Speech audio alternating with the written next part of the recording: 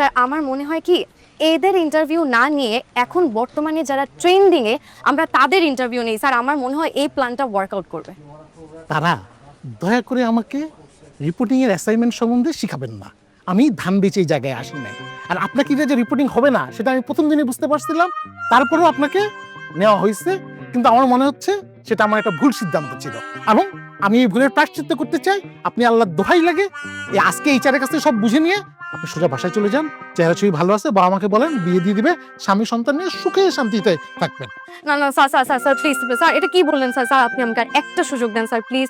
আমি বললাম আমি আপনাকে এবার ডিসঅ্যাপয়েন্ট করবো না স্যার, আমার বিশ্বাস আমি ভালো করবো স্যার। প্লিজ স্যার আমাকে আর একটা সুযোগ দেন স্যার প্লিজ। এরপর কিন্তু শুধু আমি ডিসঅ্যাপয়েন্ট হব না, অফিস শুদ্ধ ডিসঅ্যাপয়েন্টেড হবে। না না স্যার স্যার স্যার প্লিজ আচ্ছা। স্যার আর একটা সুযোগ দেন। আমি বলবো স্যার। আমি বলি আমারটা শুনে একটু। কালকে ভোর 5টার সময় ঘুম থেকে উঠে কাঁচা বাজার যাবেন, গিয়ে বাজারের দর কি, কাঁচা বাজারে কি অবস্থা, দ্রব্যমূল্যের ঊর্ধ্বগতি না নিম্নগতি, পুরো জিনিসটা জেনে আসবেন। সাথে সাথে ক্রেতা বিক্রেতা দুজনের সাক্ষাৎকার নেবেন, মধ্যস্বত্বভোগীদের কি অবস্থা সেটাও জেনে আসবেন। পুরো জিনিসটার একটা অ্যানালাইসিস, থরো রিপোর্ট আমি ভোর 7টার সময় আমার টেবিলে চাই। এটা কি বললেন স্যার? স্যার আমি বিনোদন সাংবাদিক স্যার, আমাকে অন্য কোনো ডিপার্টমেন্টে আমাকে এই যে শুনুন, করেন স্যার, আমি এটা পারি না।